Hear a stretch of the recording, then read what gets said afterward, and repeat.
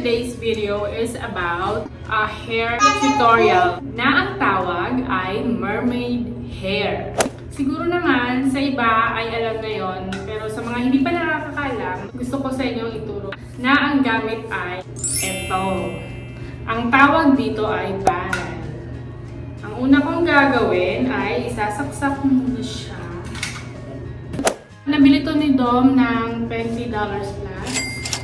Tapos ayan, i-on natin. Ayan.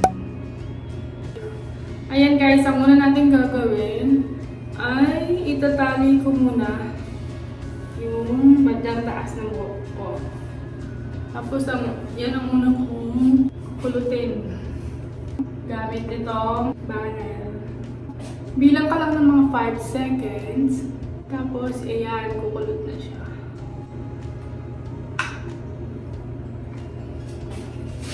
Yan, tapos na, babaan ko. Yun, ang bilis lang.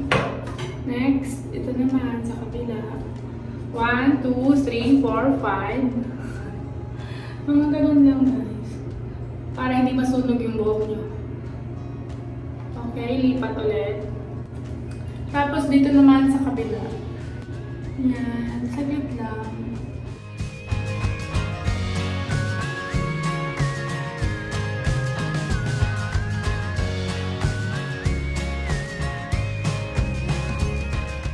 Ayan ang itsura niya.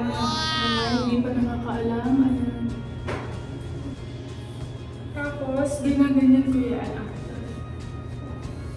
Bababa ko naman. Okay. Ganyan lang. 1,000 plus lang yata ito dyan sa Pilipinas. Hindi. Kaya ingat. Baka mapaso ang tenga nyo or mga kamay. Kasi ganda tayo mga beshi.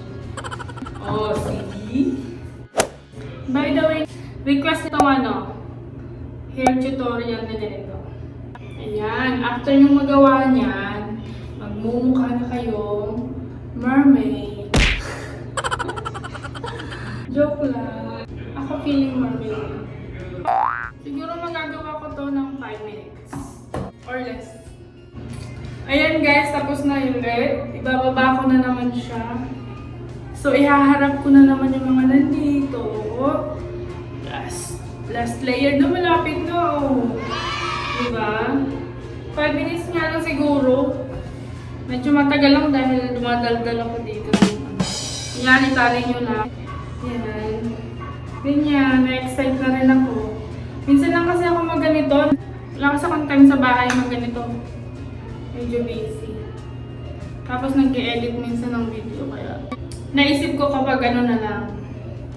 Pag may lakad, ganyan. So, ito na nga.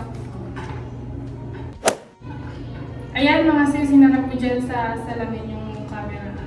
Ayos naman pa ng tingnan. Dapat kanina ko pa pala ginawa. Ayan. Ganyan lang. Okay, next na ito.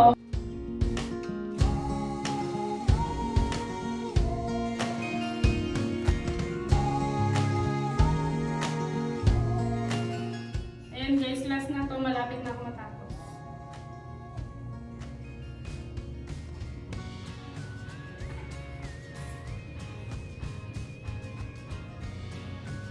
Yay! Ayan na ang mermaid look.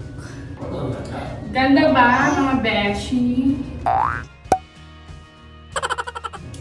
So, bili na kayo ng barrel at magkulot. So, ayan guys. Thank you for watching. Please subscribe. Bye!